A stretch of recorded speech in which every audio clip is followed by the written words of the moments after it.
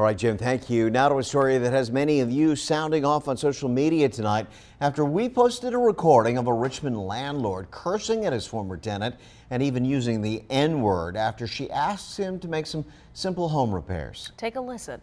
You're just another dumb I gotta go to court with, and I go to court every damn day with them.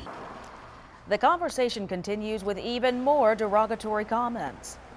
On your side, investigator Brent Solomon digging into this explosive exchange. Brent, you even caught up with the renter? We sure did. The single mother of two says she feared for her life, especially since landlords have the keys to where you sleep at night.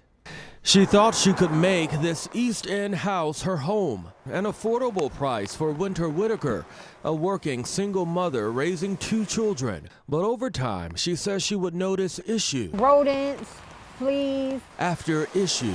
It would leak constantly. Where? In my bedroom, in my living room, the hole inside the house. It was leaking. It was leaking from the gutters. I see what you're saying. That was the final straw for me. She says her then landlord, Dean Parsons, would provide temporary fixes, but they never fully resolved the problems. So she kept reaching out. He said, "You don't like it, move." And I'm like, okay, it's easy for you to say to move. Then adding insult to injury. I moved here, and 5 days later, he called me the first B word. So for 5 months, I continuously was abused with the B word every time I called him about a complaint. He was like, "You complain too much. You can get the hell out of my house." When the problems continued, Whitaker decided to record her next conversation. I need the ceilings fixed. Like you said, because you don't mean to me. She shared that phone call with us. Get the hell out of my house, and quicker the better. I ain't got to get out until my lease expires. Shut the up and leave me alone. You're going to fix what you're supposed to fix. That's all. And you're nothing but a slumlord. That's when attorney Helen Hardiman stepped in. She would call me and say, "I'm afraid to stay here tonight. I don't know what he's going to do." Hardiman believes the landlord's actions might raise concerns under Virginia's fair housing laws. Certain demographics of people are targeted by certain landlords who know that they can take advantage of these types of tenants. Whitaker and her attorney approached the landlord with her concerns, and instead of going to court, they settled the matter.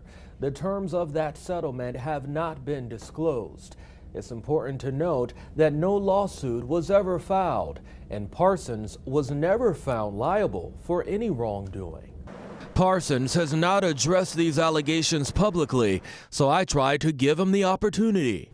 If you are calling for leasing information, press 1. When I couldn't reach him by phone, I left a message and then visited his office on 2 separate days. He wasn't there, but on the second visit, an employee in the rental office took my contact info. Parsons never called back. I then reached out to his attorney via a phone call and 3 separate emails on 3 separate days. So far, no response. He manages 250 single-family homes and 125 apartments in the metro region.